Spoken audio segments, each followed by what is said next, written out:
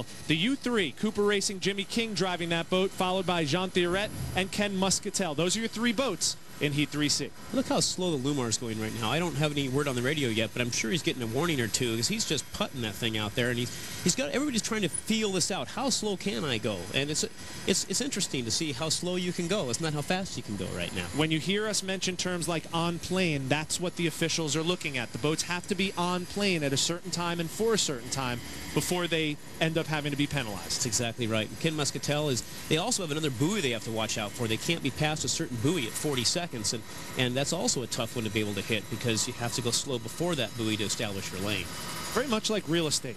It just struck me. Location, location, location. The drivers want the inside lane. They want the good position. Sometimes they have to stretch the rules as much as they can to get where they want to be. Oh, and Ken Muscatel is going so slow right now, you know he's got a warning. In fact, I'm surprised he's even still on, even kind of on him.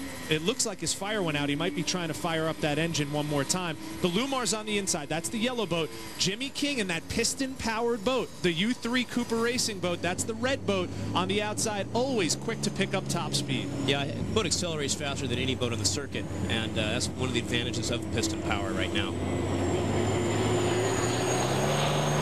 Love the sound of that piston engine.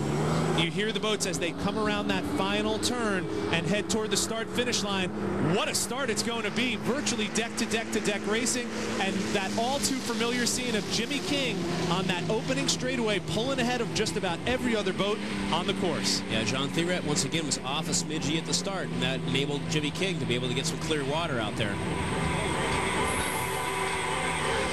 Once again, we're on board with Jean Thierret in the U8 Lumar boat. He has the inside lane, which is the good news. The bad news is he's looking up and to his right at Jimmy King, but catching up fast. Deck-to-deck racing, you can't get any better than that. Even as a driver, you love to see that. As a fan, you especially love to see that.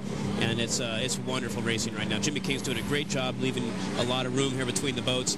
These guys, no love lost here. They go back to the Grand Prix days. They were knocking fenders on each other, 15 years ago. And if you remember back a couple of weeks ago in Detroit, there was some paint swap between these two as well. So some very testy relations here. A lot of respect. But that doesn't mean that they're not going to race as hard as they possibly can. And what a beautiful shot. I mean, not only do you see the boat ahead of you, but you also see the beginning of that rooster tail there. And woo, Thierret got a little loose around that corner. Yeah, he rattled it up right there. We call that a roller hit off his recovery, pushed the left front of that boat up. He was had to bring it back down with the wing. Now, as Jimmy King is on the outside, does he have to think to himself, well, I better stay a little bit farther out if I don't want to get into any rough water caused by Thierret's Lumar boat? Well, you have to, because you're expecting that driver to square off the corner, and when you square off a corner, it's going to put water under your canopy, so you can't get too close because you'll lose sight of whatever you're doing. But you don't want to go too far out, because what if he doesn't do that? And you never know with Jean Thierret. He's a little bit of a wild card here. A relatively new driver on the hydroplane circuit, although a wealth of experience in Grand Prix boats, so he knows his way around a race course like this, albeit somewhat new in a hydroplane cockpit. Looking sharp, though, turning it, squaring off, as Nate just talked about. We're on board with Jimmy King once again. Rich just got word, just like Dave Villwock did in the earlier heat, Jean Thierret got a $100 fine for going too slow at the start. And there's a little bit of gamesmanship going on. He saw Villwock do that. He figured he'd test it out, test the waters, so to speak.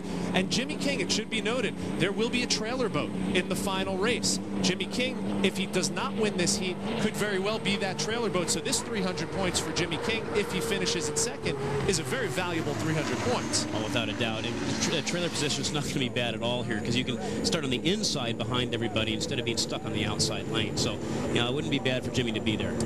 Jean Thierret will not have to worry about any such scenario. He has another 400 points as he will be the winner of Heat 3C heading into the finals. But more importantly, Jimmy King locks up that trailer position in the final race.